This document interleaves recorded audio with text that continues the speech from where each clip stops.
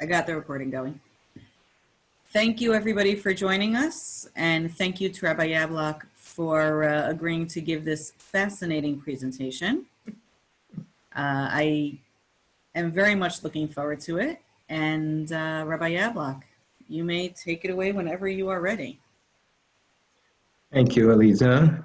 Shalom, everyone. I hope you're feeling well and staying safe. In considering what to present, I thought I would offer you some of my most recent acquisitions in connection with the topic of World War I. I have presented material on this topic in my Tisha B'Av presentations some years back, but first of all, it's some years back. And second of all, I have filled in a lot of spots and acquired some interesting new material. And so it's really the new material that I am sharing with you tonight. We will look at some 70 or so items, but you should know that this is not the whole story, and it's not even my whole artifact collection on the topic. I have about 5 times this much material. It's an endless topic. It's been looked at a little more deeply recently because it's 100 years since the conflict. But of course, World War I, which was known as the Great Churban in its time, was overshadowed by World War II, the Shoah, what came before, during, and after, and then Medinat Yisrael. And of course, today, everybody has other things on their mind. But it is 100 years since the end of this, and I thought it would be, hopefully, I could present some things that you will find interesting. Everything I'm showing you is also on my website. My website is called virtualjewishmuseum.com, and it's freely available to anyone. If you have questions, I would ask you please to make a note of them and send them to me on my email, jbyablok@gmail.com, and I'll be happy to either answer them or try to find you the answer. At any given moment, I have about 300 questions on different things in my material. It's fun to get the items, and then it's more fun to research them, but researching can take years, depending on the language and the obscurity and finding the right answers. So it's always a work in progress. So jbyablok, yablok.com, if you want to ask me anything. I don't know all the answers to this material, but it engages me and perhaps others as well. So let's begin.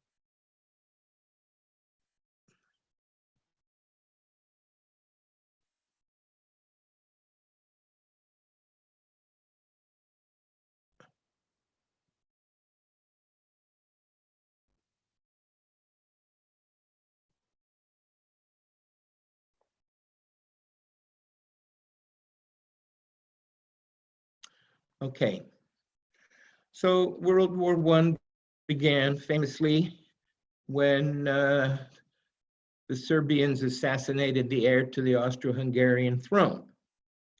And because of interlocking alliances, many countries were drawn into the conflict, whether they wanted to or not, whether it was smart or not, whether they thought they could win or not. They really didn't have a choice. So Austria-Hungary, which was one two-part empire, and Germany, and later Turkey, formed what is known as the Central Powers. And on this postcard, you see their leaders and the flags of those powers: Britain, France, excuse me, sorry, I misspoke. Austria-Hungary, Germany, and let Turkey later on, and Bulgaria got in there. So these are the central powers that started it all and caused millions and millions of deaths before they were done. Now, who are they fighting against? These are the Allies. And this postcard shows them. There you have France, Britain, and Russia, and Belgium. Here, France, Britain, Russia, Belgium. Now, you're going to see a lot of postcards because of two reasons. First of all, postcards really only became a thing around the year 1900. That's when people found ways to put actual photographs and other illustrations inexpensively on postcards. And billions of postcards were produced in the following years from 1900 until the 1940s. On every conceivable topic. They're still avidly collected today. And if you think of something you'd like to see on a postcard, you can usually find it. Postcards were also very convenient because you didn't need an envelope, you didn't need stationery, all you needed was a postcard and usually a pencil, not a pen, particularly on the part of the soldiers who were constantly sending postcards home. So you can almost tell this whole story just with postcards, although of course there are other things as well.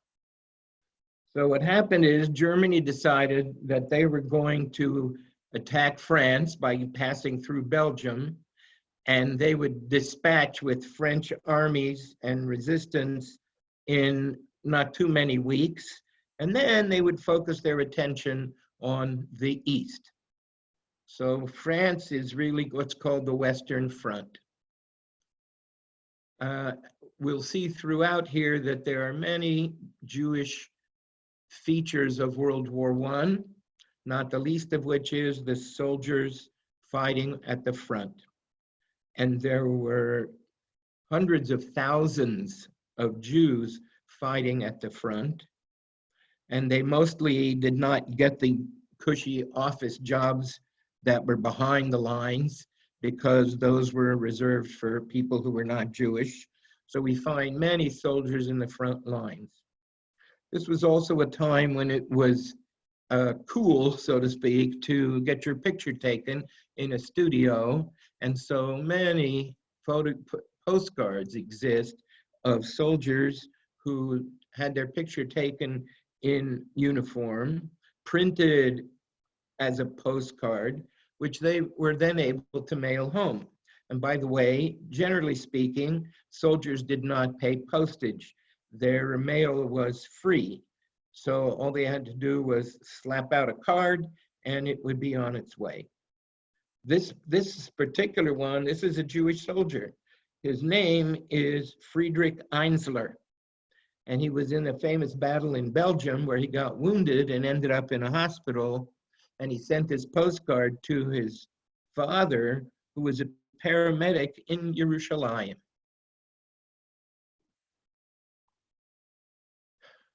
There's nothing especially Jewish about this card, but this is what it means when a horde of the enemy comes over the hill and charges you with their bayonets extended. So this is a German charge with fixed bayonets. Imagine being on the other end of that. This postcard was printed by the Chicago Daily News. Publishers quickly discovered that postcards were popular and lucrative, and so they would send photographers out to parts of the world and even to the theaters of war to get pictures which would then be reproduced and sold to the public. Now, what happened is that the British and French on the Western side of things and the Germans and Austro-Hungarians on the Eastern side of things met up in France at a line, a trench line that ran north and south, zigzagged through the country. And everyone was entrenched, as the saying goes, and it was really very hard to prevail. They stayed like that for several years, killing, being killed, not making much progress forward, not making much loss backward, and it was pretty much a stalemate. In order to help break the stalemate, they introduced new forms of warfare. Now, trench warfare had existed already for a couple of hundred years, but poison gas, that was something new. And that was introduced in World War I, and that was a very nasty way to die. Here you see the soldiers in the trenches, and they're wearing gas masks. And here they have a weather vane, which is showing which way the wind blows, because that will give them an idea of if they need to put on their gas masks and how long to keep them on. So World War I was a very nasty war. Another way to try and prevail over the trenches was to have a tank. Tanks had not been invented. World War I gave us the tanks. They were first invented by the British. Soon the French were making them. And then, of course, the enemy responded with their own. Tanks would go forward. They were bulletproof. They could go on over or into trenches, and the soldiers would come behind and they would do the mopping up. This is a postcard from a Feldrabbiner, a field rabbi, or what we would call a chaplain. And he is sending a message on behalf of a soldier home to the family.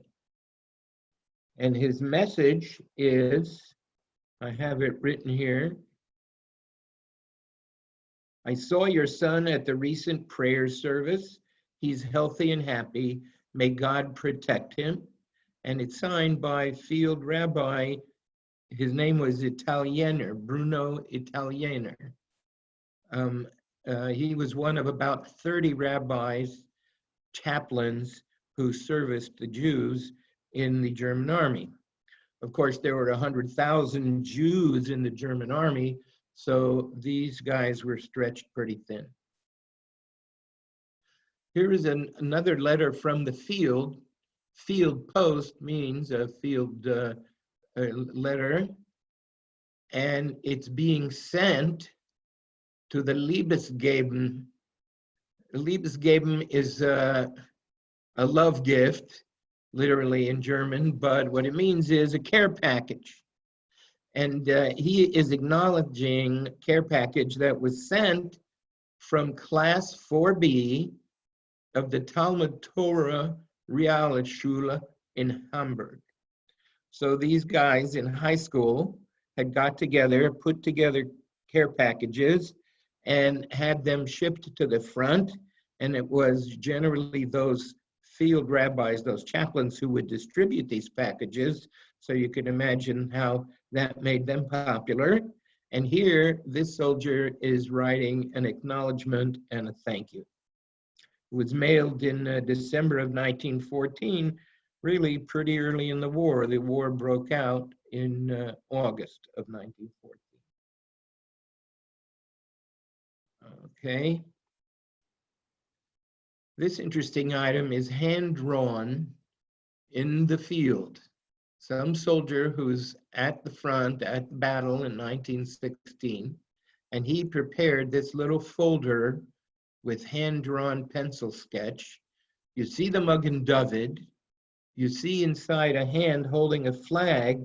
It's the German flag, because he is a patriotic German soldier who is fighting in defense of his country. And this is being sent to a class back in Germany, and it's sort of a tribute to them and an inspirational message towards their graduation. You see, inside, he has a whole message, and on top, a remarkable pasuk from Tehillim. Hatzileni me'oivai Elohai me'miskomamai tisagveni. Right? Save me from my enemies, my God, and from those who rise up against me, shelter me. So you really get a flavor that this person is not an ignorant Jew and that he understands his precarious position, and he's expressing appropriate Jewish feelings to a Jewish high school. He also says in the message I'm reading, you are standing at the portal of your life. Bloody is the beginning. Don't forget that with David's shield we fought and held the flag that is dear to us. Listen to the patriotism there. We are unified, therefore we can be victorious. May you experience only joy. Okay, a positive and uplifting message. And at the end, he says, we're fighting because we are Jews and Germans, for the right of Germany and for the honor of Jews and the well-being of mothers and sisters and the future of a young new generation. May our work be crowned by a long and victorious peace. What is remarkable here is that although Jews had fought in various armies over the previous several centuries, this was the first time that Jews were in every army, which means they were fighting against each other. No matter where the fighting took place, there were Jews on both sides. So when a soldier prays that he should be victorious over his enemies, that has implications. Inevitably, in war, prisoners of war are taken. In some cases, it's just people who had the bad luck of being stuck in a country that declared war, and then they couldn't get home to their friendly home. So they automatically became aliens and prisoners of war. There's a camp whose name was Ruhleben, which means quiet living, peaceful living, ironically. And this camp was in Germany, and it held as many as 5,000 POWs, largely from Britain and South Africa. And here we see this is a prisoner of war letter, and it says Engländerlager, which means British camp, meaning camp to hold POWs who are British. And so this postcard, not only is it from there, but it was printed there. It was printed there because even though these men were POWs, they had a certain amount of freedom and cultural opportunity. And one of those opportunities was a printing press. And here, the other side of this card is actually a Shana Tova, a New Year's greeting card for the Jewish year 5676. That would be Tuf Resh Ayin Vav, which corresponds to 1916 in the fall, and then 1917. May you be inscribed and sealed in the book of life for a happy new year. This was not a trivial wish in the midst of this horrific war. So that was the Western Front. We skipped more than we described, but it was just a flavor. And now we're moving toward the east. This is the Eastern Front. Now, the United States didn't ever get in contact with this part of the war. The British did, the French did, the Italian did, and the Russians did. So the Eastern Front included parts of Southern Europe here, and also Turkey itself, and of course, Eretz Yisrael, Palestine, as it was being called. Most of the focus was really on Poland and Russia, which is more to the north of where this map is, and millions of Jews lived there, and millions of Jews had their lives in turmoil because of this war. either because they were fighting or because they left families behind who couldn't provide for themselves, or because soldiers came and rampaged through their town on the way to the enemy, and sometimes billeted themselves in your home, and it was an impossible situation. It's worth a whole presentation of its own to talk about how World War I disrupted life and Jewish life. Okay. Here, just by way of illustration, this is a painting that's been reproduced by a Berlin publishing house. And it's the topic is that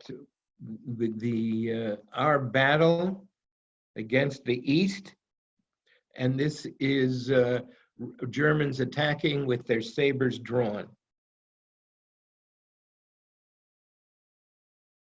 Okay. A Jewish New Year card for the Holy Alliance between Austria-Hungary and Germany. And so the inscription is in German here, and it's in Hungarian here. And on the bottom, we get a little snippet of Hebrew, Lishana Tova Tikatevu. It is remarkable to think how patriotic and loyal Jews tended to be to the countries they lived in. It's true of Jews in many countries. And after all, we have a saying in Pirkei Avos, Heve mispalel b'shlomo shel malchus, pray for the welfare of the government you are with, because without it, people will eat each other alive, and sometimes they'll do that anyway. Here we have another battle between German and Russian forces. Bayonets are in play, and you can see how these wicked knives faced the soldiers and did their work. Here's another chaplain. He's in the German army, and he is standing with a Catholic colleague over here and a Protestant chaplain colleague over here. And there is his telltale Magen David, but only he is actually named here, and he is Feldrabbiner Dr. Jacob Sanger. Again, one of 30 who were ministering to the needs of the Jewish soldiers in the army. One of the things that that the chaplains did was distribute these calendars, a luach, Jüdischer Notice calendar. This is a note calendar. It had room inside with blank pages to write things down, and it also listed all of the holidays. And this was distributed by another chaplain, Feldrabbiner Dr. Paul Lazarus. This is for the year 1918-19, 56-79. Okay. Here, a remarkable original mounted photo of Austrian Jews at a Seder. The date is given as Austria 1918. The inscription is a little bit confusing. It says, an Easter evening Seder, Jewish soldiers at the front, behind the front. So why is it called Easter? Well, I have learned that in Germany, many people called Passover Easter, just a borrowed term from the majority culture around them. So it's once you know that, it's not such a surprising remark. And Seder and Jüdischer, Jewish, is the tip-off. It reminds us of a few things. First of all, that Jews, even at war, still valued their traditions and wanted to hang on to things that were important to them. That's one thing. Another thing is that it brought people together. Apparently, from my reading, I've learned that people, even citizens in the local towns, would attend the Siddharim that the chaplains would put on for them, for the soldiers, and they would even let prisoners of war who were Jewish, who were from the opposite side, they would release them temporarily to be able to participate in a Seder. So that's really a remarkable reflection of the Jewish aspect of the war. This is another postcard, and it reproduces a painting. And as we can see, they're in some kind of a shul. These are primarily Austro-Hungarian soldiers, although there are Poles among them. This man in the back with the white appears to be the official chazan, but in the front at the Amud, we see a soldier in uniform, but with a tallis over him, who is leading the davening at this moment. And in front of him, 2 candles and a sign that says Mizrach, as if this were an actual shul and not just some barracks or barn that they found themselves in. And notice that most of the soldiers have Sidurim. We will talk about Sidurim some more in a bit.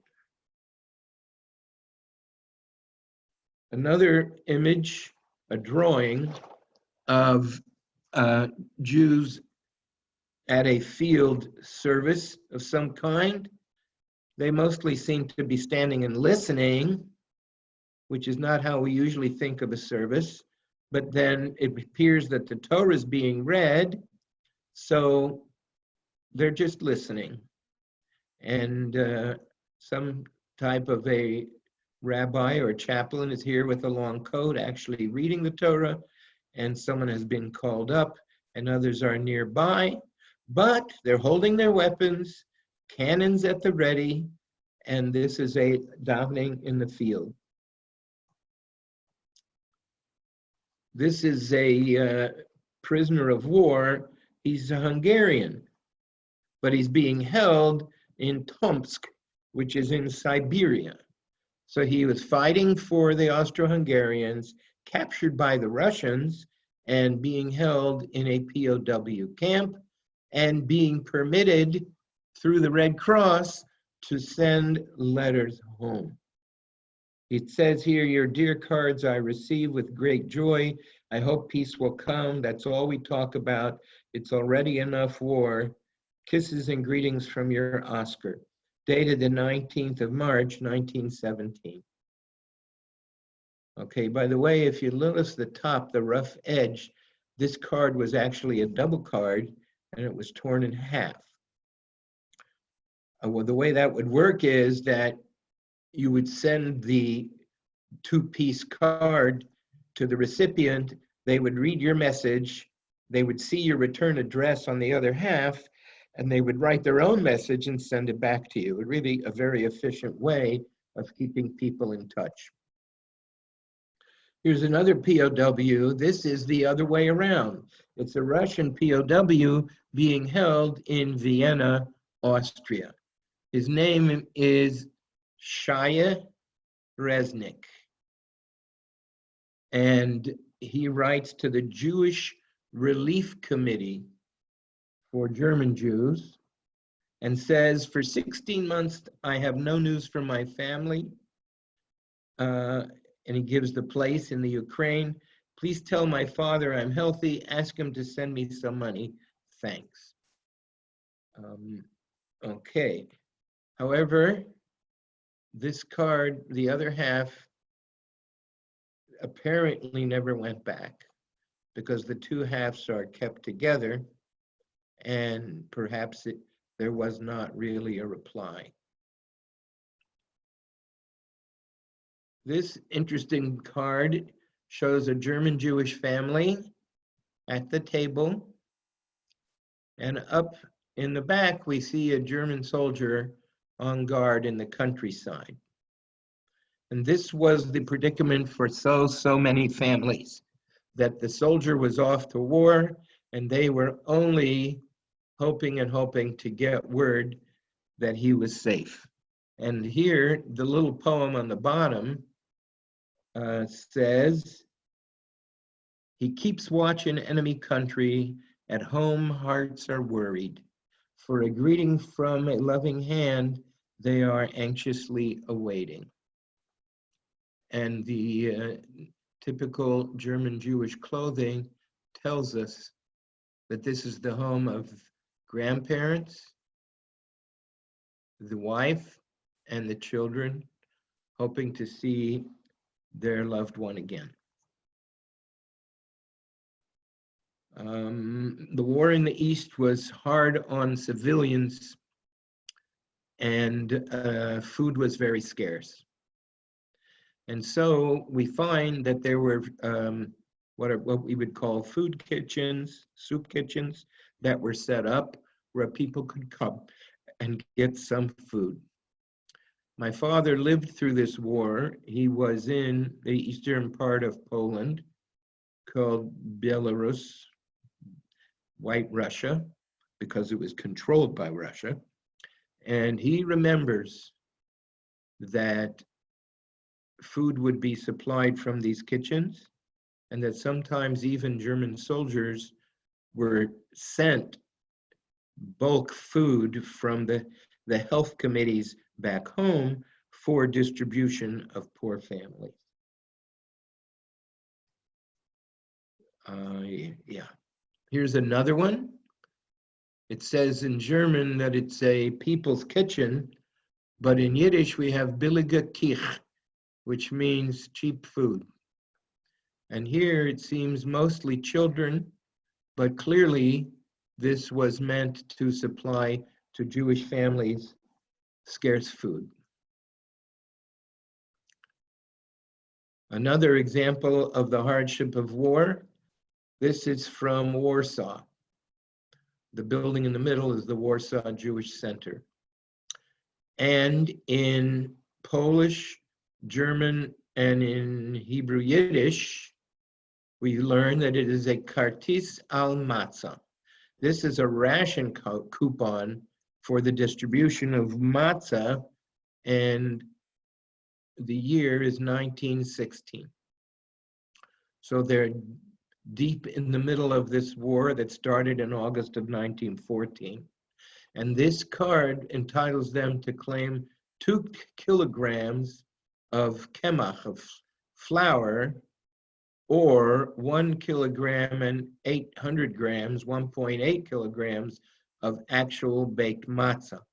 Al Chag HaPesach, Miyom Yud Daled Nisan, Ad Kof Aleph Bo, Hey Tov Reish Ayin Vav, 1916. The coupon on the end is for sugar. So as we know, in times of war, certain commodities are scarce and have to be rationed. People who were alive in World War II remember that that was true for America also. Okay. A cute postcard showing an Austro-Hungarian soldier, and he's holding a rooster, and he is reciting a formula. Ze chalifatenu, ze temuratenu, ze kaparatenu. Ze atarnagol yelech lemita, va'anachnu nikanes v'nelech l'chaim tovim arukim u'leshalom. So this is what we call kaparos, and that is the exact words that we use. Either we use a tarnagol, or perhaps we say hamaos, the money, these coins will go to tzedakah. So what's interesting is that the person saying it is wearing a military uniform, and the rooster in his hand has the face of the Tsar, and it has the letters Tsar, C-A-R. They left out the Z that we would use, but they would spell it Tsar. And so this rooster, this Tsar, he should go to his death, and we should have a long and peaceful life. And it is a Shana Tova card, Ktiva v'Chatima Tova. The remarkable humor, politics, and religion all mixed together. So I'm leaving the topic of the Eastern Front now and mentioning that the United States joins the war. The United States avoided joining this war for 2.5 years. They didn't get in until April of 1917. Till then, they claimed neutrality. However, they were supplying Britain, and their ships were being attacked and sunk by Germany. And at a certain point, the hawks persuaded the government that we couldn't keep up this neutrality. And so finally, the United States joined the war. And here, with this postcard, we see the flag of Britain, France, and the United States in the middle, and they're all clasping hands, liberty and union now and forever.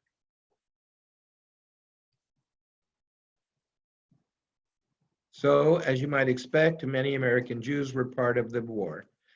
Here we have a card sent from Major Leo B. Meyer to Miss Lenore Hartsfield in New York City.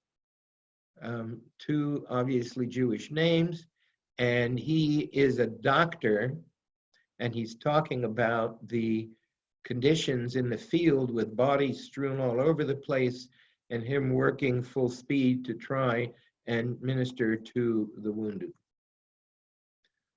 Another show of American Jewish patriotism.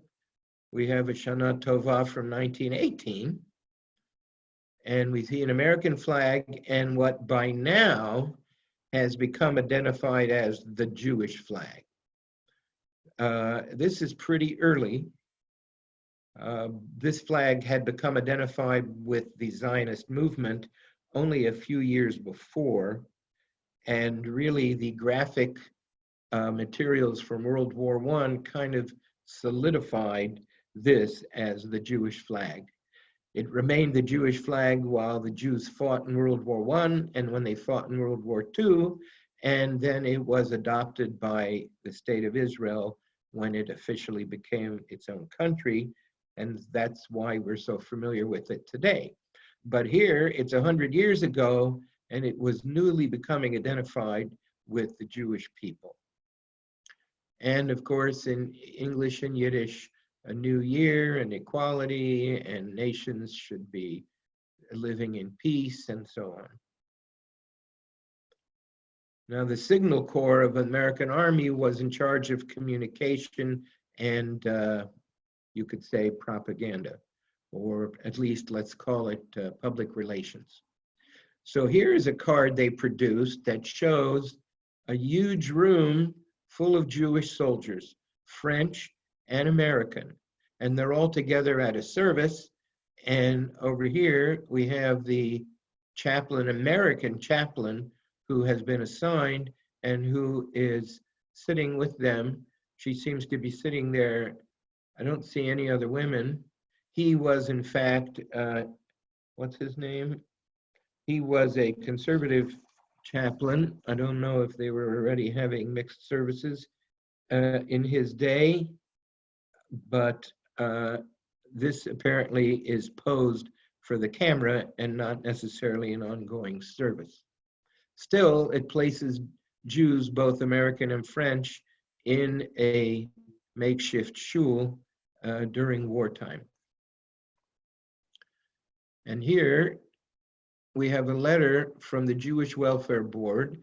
The Jewish Welfare Board became the institution for looking after the needs of American soldiers, and that included meals, communication, supplying chaplains, supplying sidurim and chumashim and haggadot and so on. They were the address, and they joined the other welfare organizations in helping the needs of and supplying the needs of soldiers. So here, a soldier wrote and said, "Hey, when are there going to be some chaplains?" So, writing back to this soldier, replying to your letter of the 4th instant, which would be August 1918, I will state that the number of Jewish chaplains will be 35, 4 are here now and attached respectively to the 77th and 78th, and so on, divisions. As soon as more get here, they will be assigned immediately. You will hear further from us shortly. In the meantime, and very truly yours. So that's chaplains being supplied. This is such a striking image from a magazine that circulated briefly during wartime, American Weekly Jewish News. And we see a soldier being identified as Jewish, and he's clearly wounded, both in his arm and his legs and his head. So for either for accuracy or dramatic effect, he really needs help. And we see a nurse identified as a Jewess who is helping him. Interestingly, in the back, we have a pretty Middle Eastern Eretz Yisrael style design, although the Americans in World War I did not fight in the Middle East, but it sort of adds to the Jewish flavor of the image. And here on the inside, just to see the headlines, New York Jews distinguished themselves in the last days of loan campaign. There were Liberty loans where people were buying bonds so the government could finance the war.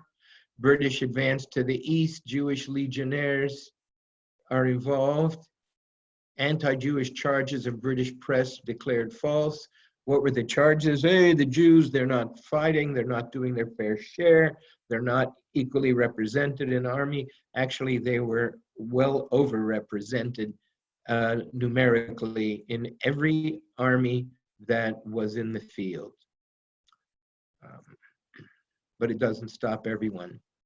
Now, a lot of effort, resources, and people were involved in relief organizations, and not only for Jews. There's the Polish relief and the Ukrainian relief and the Macedonian relief, but a number of buttons and other materials survive from the efforts that the Jews made. So here in this lovely button, we see Jewish War Relief and Welfare Fund. No doubt when you gave a donation, they gave you a pin to wear, and that advertised the cause. Notice the flag. It is not the flag that we are used to identifying with Jews or with Zionism. This is actually an earlier version, which had circulated in the time of the Zionist Congresses, late 1890s, early 1900s, blue and white, and a gold star on top of it, the sort of to put us in mind of a talit and techelet and so on. This was originally the modern Jewish flag until the one we're familiar with took its place. Another group called the American Jewish War Relief put out their button and raised their funds. And you see the flags, and there it is again, that old flag. In their name I plead. And here, this button says, Kol demei achicha tzoakim elai.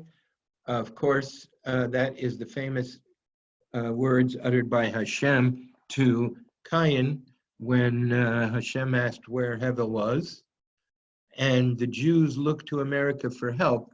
This button was put out by the People's Committee. The People's Committee was formed by not the wealthy German Reform Jews who had put together the earlier organizations, but by labor, workman's circle type people, people who were socialist oriented and blue collar and tradesmen, and they wanted their own organization. And their donations weren't necessarily large, but they added up. Now we go to the Middle East, and the most important area in the Middle East for the countries involved was this, the Suez Canal, which connects the Red Sea, goes all the way up, across, and into the Mediterranean.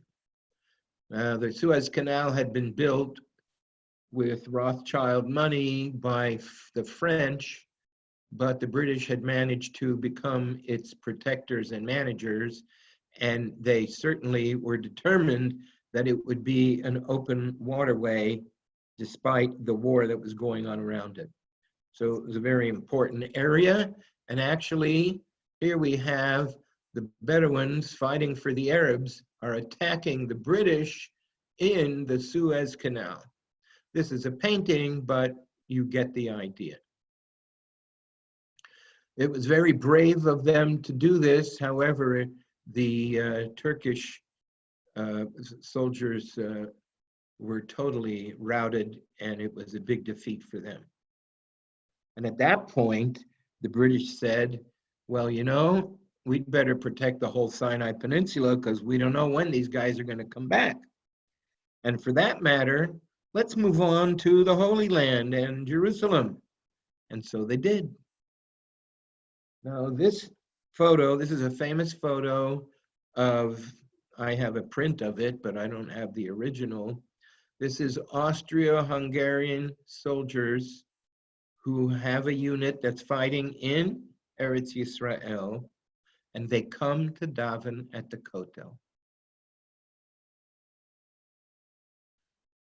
Remarkable, and made more poignant by the fact that their enemies also came and davened at the Kotel only a few months later, as we'll see in a minute. So the British, after securing the Suez Canal and the Sinai Peninsula, and winning a major battle in Beersheba and Gaza, moved north and came into Yerushalayim. This is a parade of British soldiers coming through the streets, and you can see Migdal David and the walls of the old city in the background. These happened to be Indian troops. India was controlled by Britain until it gave them their independence in 1948, and so many soldiers who fought in this war came from India. And then there are the Jews of Eretz Yisrael who wanted to be part of it. And so they begged to have their own unit. They were refused for several years and simply had to join a British unit called the Royal Fusiliers, RF. And they wore these insignia and these uniforms. And this is David Ben-Gurion in his uniform of the British Army in World War I, with a very distinctive six-pointed star patch on his shoulder. I look every day to try and see if one of these would be offered in an auction. So far, haven't found one. Eventually, they were allowed to make their own unit, and that's when they started calling themselves the Jewish Legion. And their sisma, their hallmark was Kadima, forward, underneath a seven-branched menorah. Here they are, Agdud HaIvri, the Jewish Legion, Basadeh, in the field, B'sha'at HaTfilah, at the time of the davening, B'Shabbat. Okay, you can always hope that the picture was taken by a non-Jew. Here they are all lined up. I don't know how many of them know the words. This guy seems to have a Siddur, but I don't see too many. And a rabbi / chaplain is leading, and there is a box which no doubt contains the Sefer Torah there on the bima. Here's a man who joined. The Jewish Legion had 38, 39, 40, had at least 3 units, and they came from different places. This one, the 39th, came from Canada. And the Jews in Canada who volunteered and signed up to come and join the British Army and fight in the Jewish Legion. And this man is Harry Tzvi Reisler. This is his photo. This is his personal ID, handmade ID dog tag. This is the pin he got from the Canadian government for his fighting. And this is the symbol of the Royal Fusiliers that they wore on their uniform. He's kept a diary on this book of Egyptian postcards, all in Yiddish. And this became their flag. It had been around, but it was slowly overtaking the other one and became the flag, the Zionist flag. This one is printed on silk, and you used to get it for free when you bought a box of cigars. And of course, there were dozens and dozens of different country flags.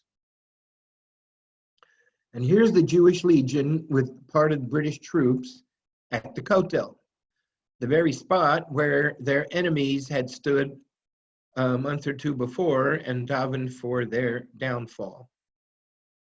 And a few locals here who got in on the photograph. This is the only item in my entire website of many hundreds of items that I don't own, but I had to show it to you anyway. It says, Lichvodo shel Yom HaShichrur, in honor of the great Liberation Day.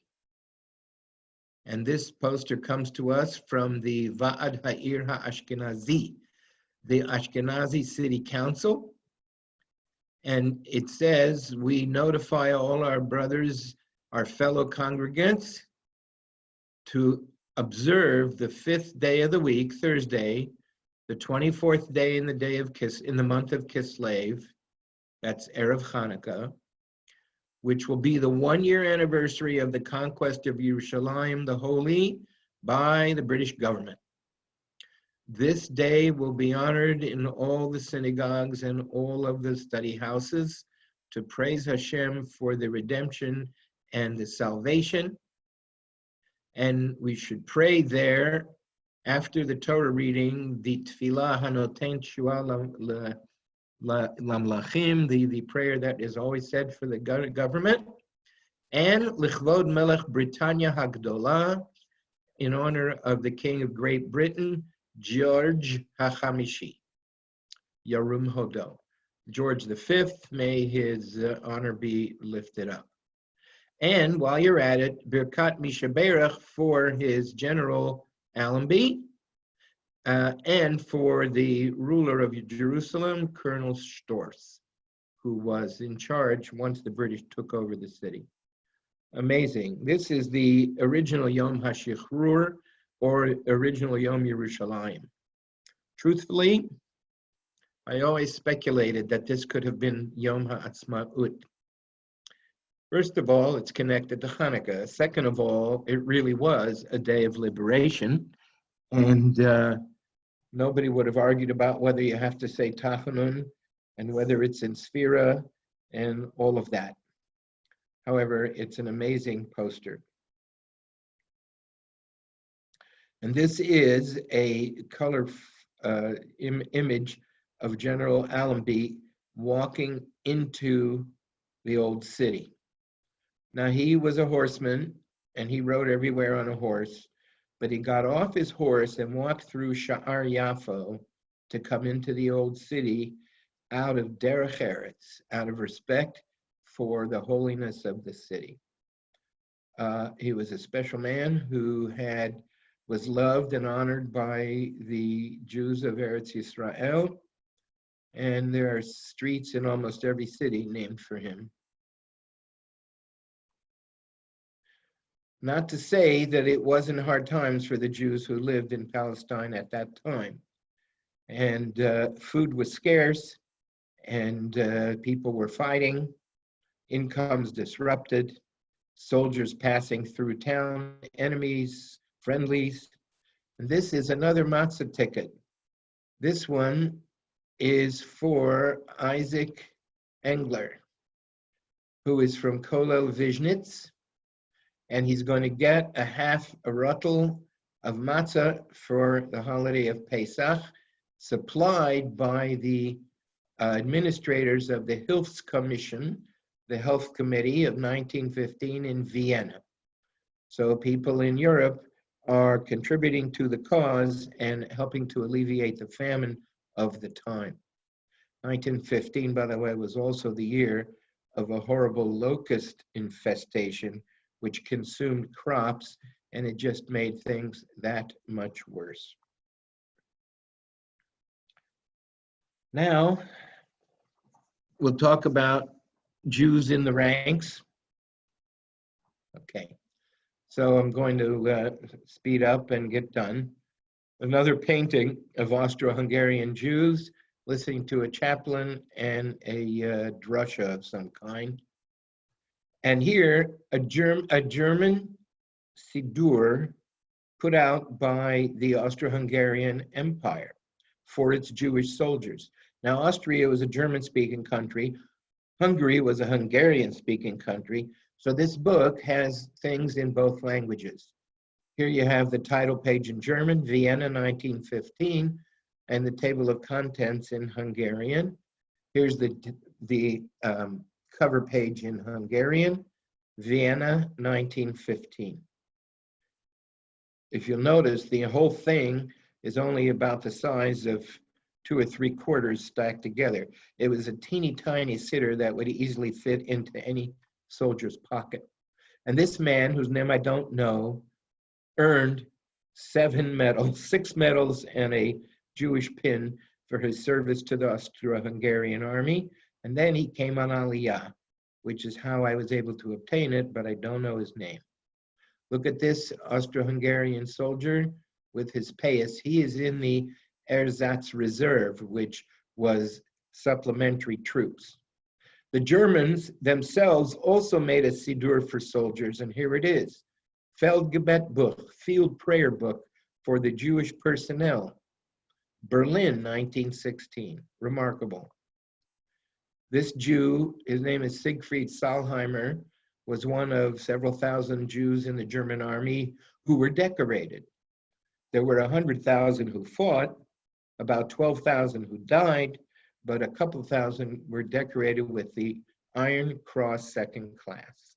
Here's a group of German Jewish colleagues in their army uniforms in Belgium, taking a moment for a picture.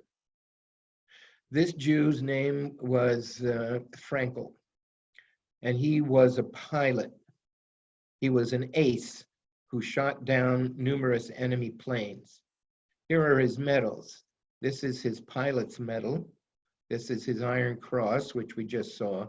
And this is his Pour le Mérite famous Blue Max medal, only given to the top people. Now I have the pilot's medal, which is scarce and highly sought after. I have the Iron Cross. The Blue Max, this is a replica because they are impossible to get and can easily sell for $25,000. So I went with the imitation. Here's an entire book devoted to nothing but Jewish pilots in the World War to show you their contribution. Now, Tfilah du Soldat, from Paris, 1916, this siddur, French for French Jewish soldiers. And this page, interesting, to be said before battle. And you see, look, for example, 2 prakim of Tehillim, L'David Hashem Orivi Yishi, Mimi Yira, Hashem Ma'oz Chayai, Mimi Evchad, B'krov Alai Merayim Le'echol Et B'sari, Sarai V'Yavai Li, Hemekashlu V'Nafalu. Im Tachaneh Alai Machaneh. Every sentence resonates with a soldier whose life is on the line. This is from Italy, for Italian soldiers. Padrone dell'universo, Signore di tutte le creature. And in Hebrew he says, Hashem, who knows hearts and minds, it's clear to you that not out of hatred and malevolence do I go to battle, but to fulfill my holy duty to my land, to my birthplace, which is fighting for its honor and justice and for the freedom of its children, and so on. And please, if I should end up killing somebody, don't hold it against me. I'm only doing my duty. An amazing prayer. And it ends with, Shema Yisrael, Hashem Elokeinu, Hashem Echad. And then, not to be outdone, the British were actually first with a Siddur for Jewish sailors and soldiers in 1914. The war only started in the fall of 1914. Many prayers are abridged. This one is Havinenu. You start the Amidah, and then after the first three brachot, you say Havinenu, which is a combination of the middle 13, and then you finish up with Sim Shalom. After all, you're in the battlefield. You don't have time. And the king says, you're leaving home to fight for the safety and honor of my empire. I have implicit confidence. I know your duty will be nobly done. That's George, King of England. Here is Tzvi Reisler's dog tag, hand-carved. This belongs to Jack Goldstein, who died in battle and is buried in France at a memorial and graveyard of American and Canadians who fought for France in World War I. And there is the medal that he got posthumously. When you get these medals, your name is engraved on the edge. This one was awarded to Private A for Abraham Katz of the Royal Fusiliers. And he gets the War Medal for fighting and the Victory Medal for winning World War I. Here's the roster that lists people who got, and you can see by their names that these are largely Jews, and here's Abraham Katz listed with his unit and his fighting. And the United States issued a prayer book in olive drab. Here it is, abridged for the prayer book for Jews in the Army and Navy of the United States, 1917. And here is one of those soldiers, an American soldier, and his name is Max Bresnik at Camp Dix, New Jersey, June 8th, 1918. He wrote in the back in Yiddish, let me see, I think I have it. Yeah, he says, this is Yiddish. There's an old saying that the world is a stage and people are actors on it. I say the world is an actress, and if people understood, they could force her to perform a nicer role. A little bit of soldier philosophy. The soldier who earned these medals, this is from the Jewish war veterans, and so we know that he was Jewish, and you see it says 1776, Jews were fighting back in the revolution, and as late as 1918 when these medals were awarded. These are Russian soldiers, Jewish Russians. Now, they issued a prayer book. That would be a stretch for the Russian government, but the Chofetz Chaim wrote a book called Machaneh Yisrael, the Camp of Jews. And he writes in there how you need to be faithful, you need to follow orders, you need to live clean, you need to not get in trouble, you need to sneak in your mitzvot in between all of the duties that you have as a soldier. This has been reprinted many times.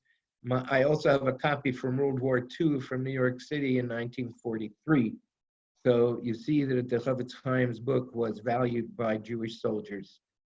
And finally, this is rounding them up. We see the flags of the winners on the outside, notably America, France, Belgium, Great Britain, Russia, and you see the losers on the inside, Austria, Germany, Bulgaria, and Turkey on this graphic postcard. An atlas was printed in Boston at the end of the war, showing which country, the new borders of the countries that were drawn, because they all changed hands. Russia left the war in 1918 due to the Russian Revolution, but pogroms started. And here in this painting, you see a Russian soldier comes home, he's wounded, he's wearing his military uniform, and he finds that his family has suffered from a pogrom. His wife and child are killed. The old man sits and says Tehillim, and he is brokenhearted. This actually happened thousands and thousands of times. And here's an American pin that was issued in World War I. I thought for a long time it was from World War II until I discovered the terrible events post-World War I, protesting the massacre of co-religionists in these Eastern European countries. And finally, this is the San Remo medal. San Remo in Italy was the location of the meeting of the victorious powers to decide what to do about certain countries, especially Turkey, which its empire was now dismembered, who would run the countries, and they put in place the League of Nations, and they established the mandates, and of course Britain got the Palestine mandate, which is a whole other story. And it's dated 5680, which is Tuf Resh Pei, 100 years ago. In fact, this meeting of San Remo started on April 19th, 1920, which is 100 years ago today. Here in the image, we see an older rabbi figure with a tallis, and he represents tradition, and he is saluting and giving over the mantle to this young agricultural type, pioneering type, who will be the so-called new Jew of Palestine. Now, what is 3830 to 5680? Actually, it's exactly the year of Churban Beis Hamikdash Hasheni. So the second temple was destroyed, and that many years later, we come to the San Remo decision, which validated the Balfour Declaration, and now it's the beginning of the beginning. And this medal was made then to celebrate that. So was this one. It's just not as snazzy. It says, Zechut Yerushalayim Yagen Aleichem, the merit of Jerusalem should protect you, and is dated 5680, which is again Tuf Resh Pei, and Shnat HaGeula, the year of redemption. And I say to you that may this year of Tuf Shin Pei be the year of redemption, Shnat HaGeula, Tehei Shnat Pedut Amenu. Thank you for your attention, and be safe and well. Laila Tov.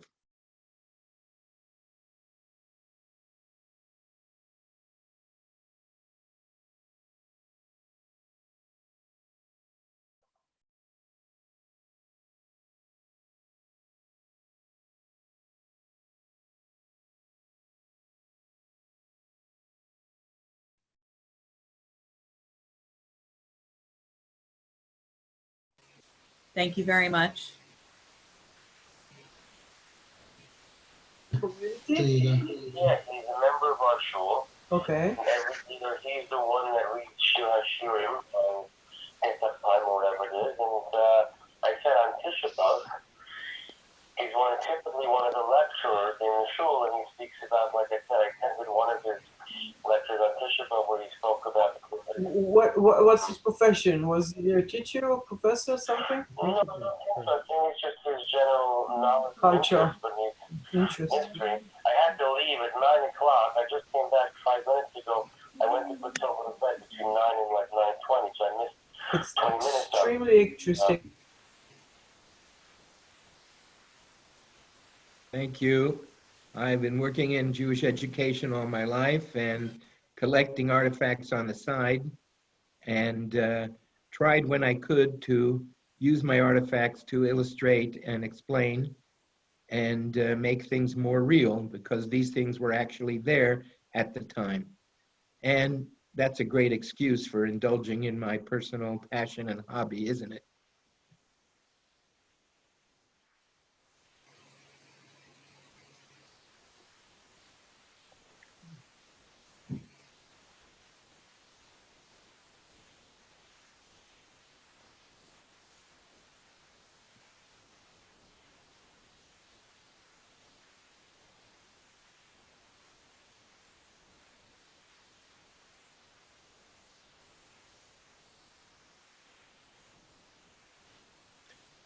Good night, everyone. Be well, be safe, and hope to see you in person soon.